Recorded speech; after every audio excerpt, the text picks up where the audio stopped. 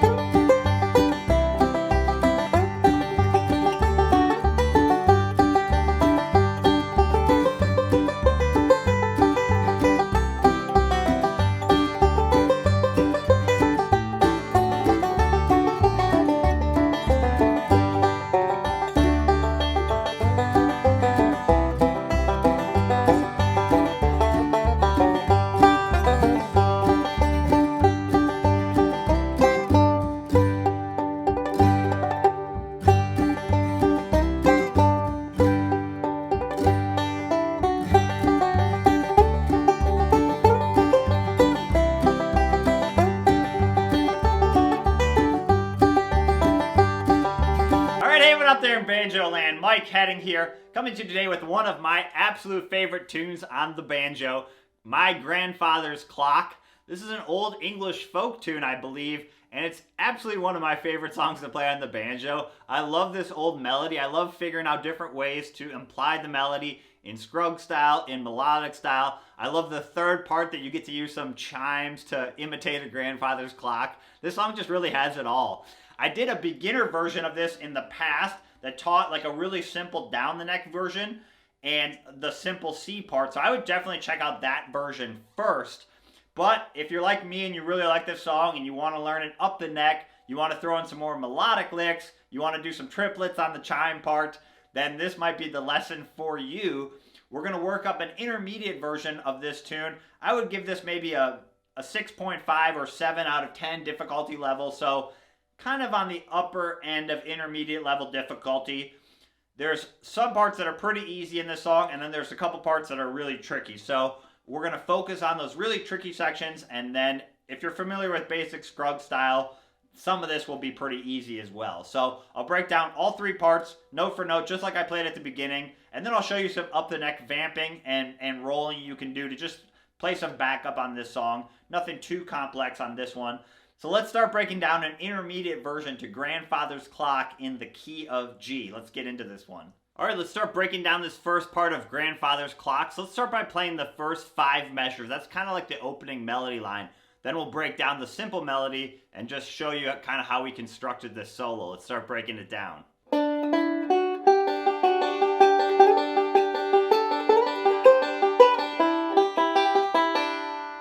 that a few times. I'll do it really slow.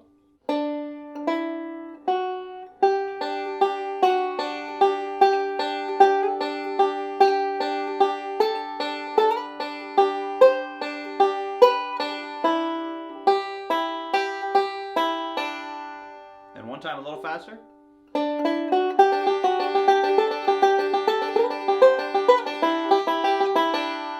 Okay, so we're starting up here and we're going to play the pickup. We're kind of thinking out of this G shape right here, this D, or this G chord rather, D position G chord.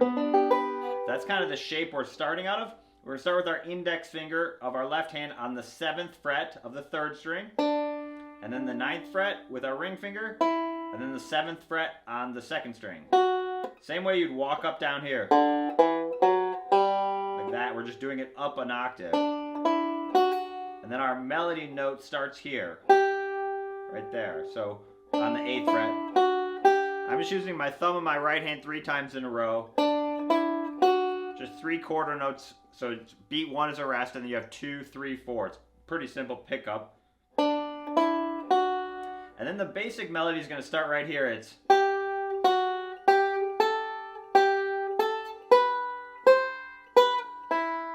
it's kind of playing it on this 2nd string. So that's the basic melody we're going to imply.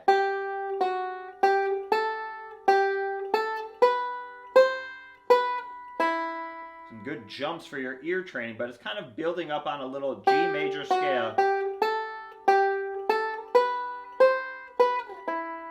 That's the melody, and we're going to play that using a forward roll with Scruggs style. It's going to add a little bit of syncopation. So we're on that 8th fret with our 2nd finger, and our thumb of our right hand is going to come down. We're going to play thumb middle, and then go back to the 7th fret and roll forward 5, 2, 1. Those are the strings, thumb, index, middle, forward roll. So I'm here.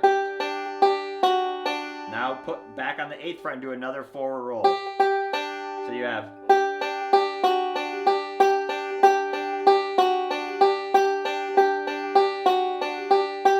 So that adds some cool syncopation because now we're going 1 and 2 and 3 and 4 and. So the melody is switching from a downbeat 1 to the and a beat 2 and then back to 4. So we're going downbeat, offbeat, downbeat with the melody, which creates syncopation.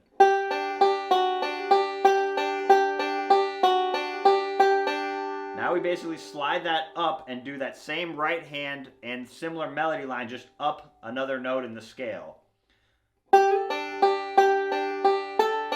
So I just added that little slide from 8 to 10, same right hand.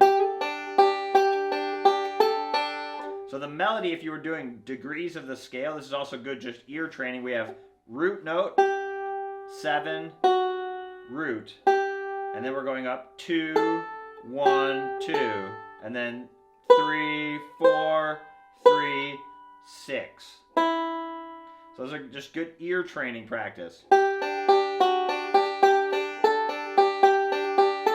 And if you don't slide, it's okay. I didn't slide there, but I liked adding the slides.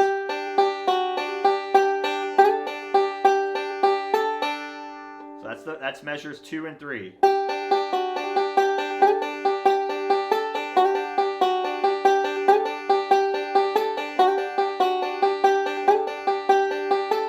can really slide into any of the notes. You could slide into the first one too.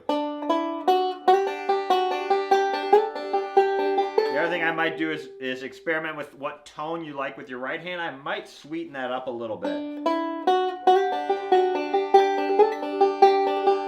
The other thing, you just want to make sure you're getting enough of the index finger of your right hand so you hear that melody. Now slide up again, 10 to 12 on the 2nd string. Same roll, thumb middle. And then go up to the 13 and we're going to roll forward. And then back to 12. So you have.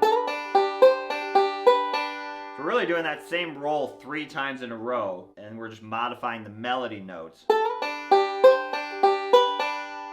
And then you quick move back down to the 5th fret, which is basically like the C bar chord. And you're going to land there. I use my thumb on my right hand. And then I put my ring finger down on the 5th fret of the 1st ring and I roll forward 5, 2, 1. And then I take my 3rd finger off. So you have. So you gotta move quick.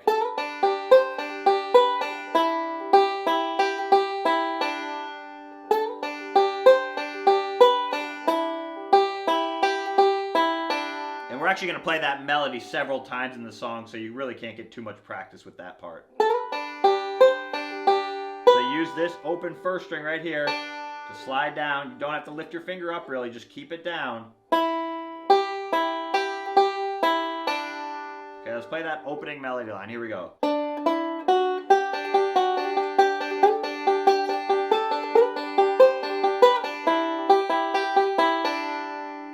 And then a little response melody. So we're just sliding up 1 finger. We're going to do the Foggy Mountain roll.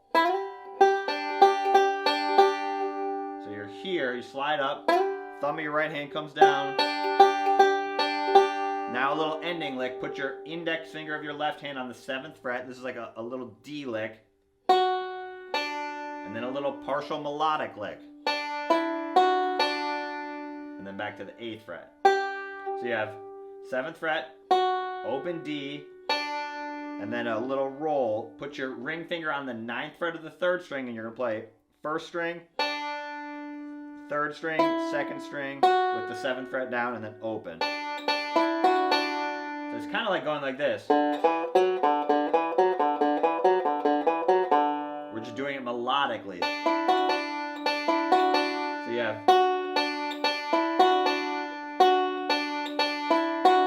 And then land back in this G, middle finger on the 8th fret. Put your pinky on the 9th fret of the 1st string and do the Foggy Mountain roll again. So you have.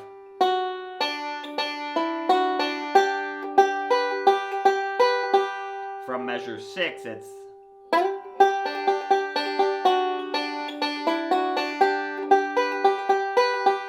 Probably the trickiest part about it is just using the correct fingers. If you use my recommended left-hand fingering, it's actually pretty easy. Because you're right here, now you just play this note with your first finger, which your ring finger is right there. And then your pinky and middle finger can go back on, and you're just working out of that shape. Now a little melodic lick, let me play it and then I'll break it down.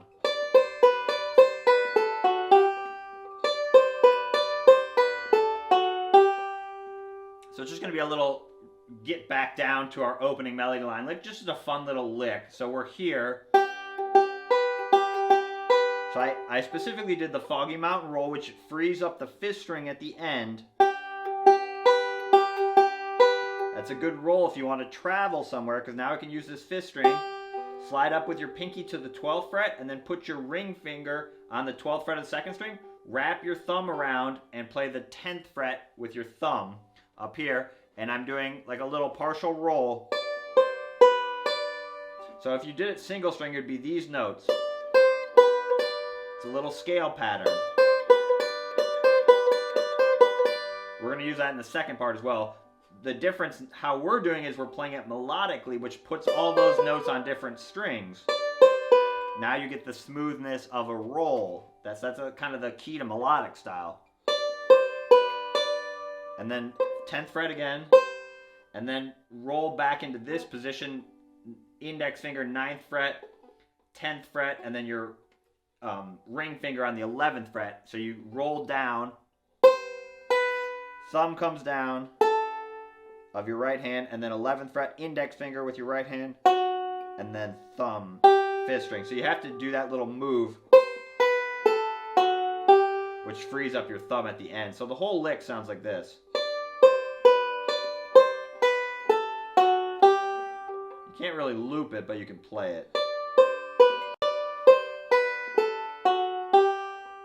And if you didn't like that, what you could do is you could do something like... If you want to keep it more Scruggs style, you could slide up. Something like that. It would basically fit the same amount of time.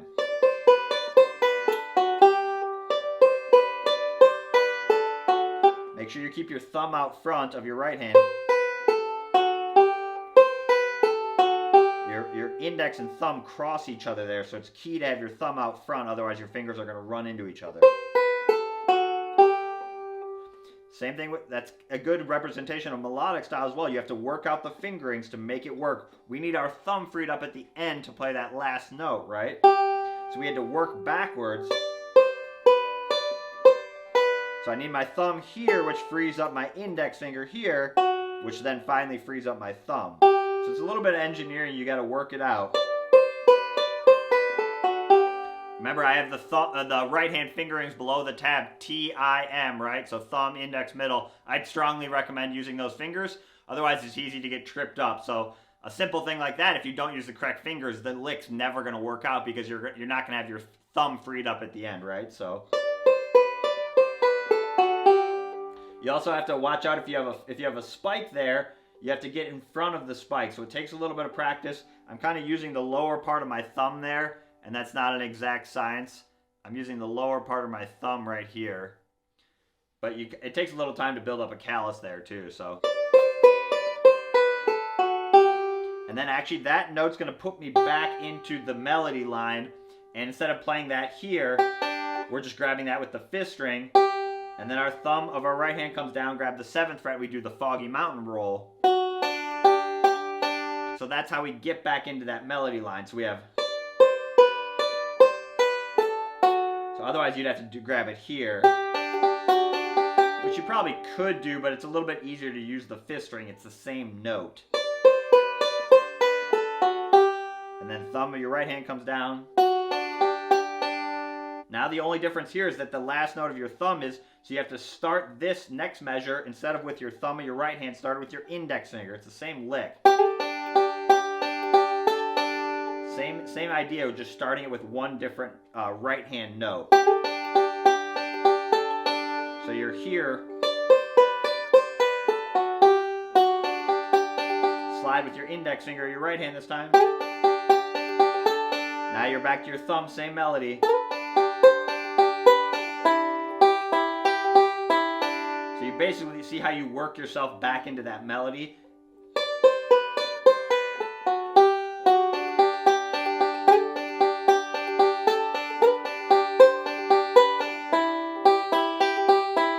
And that's all the same. So that's like the half of the A part.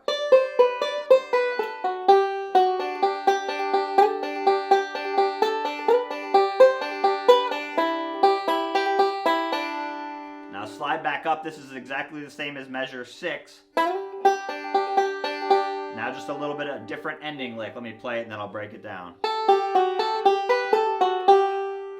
So just another little melodic lick. So we're here. Remember, we slide up.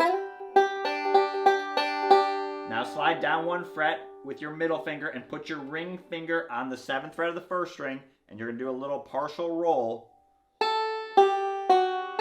So I did middle, and then thumb, index, middle, and then a little melodic like 5th string. Work back up into this shape, common melodic shape. So I'm here. You slide your middle finger up to 10. You put your 1st finger back down on the 9th fret, your ring finger back down on the 11th fret. So we're here. So then we play a very subtle variation on that lick we just played. So it still has that same little ending.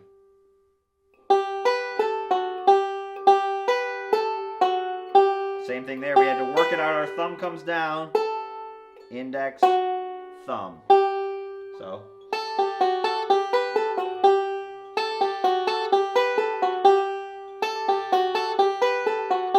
we're here. Now just a little fill lick. So open 5th string and then move your index finger to the 8th fret of the 2nd string and roll forward. And then 2nd finger on the 9th fret of the 3rd string and roll forward. So you have, and then 5th string. So that's just like a little fill to get you into the 2nd part. So you have,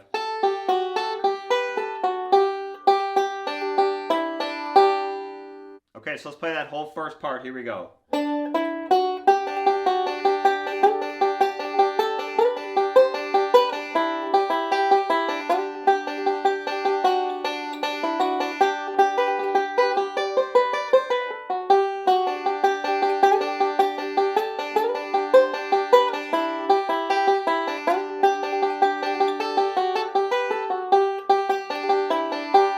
Into measure 17.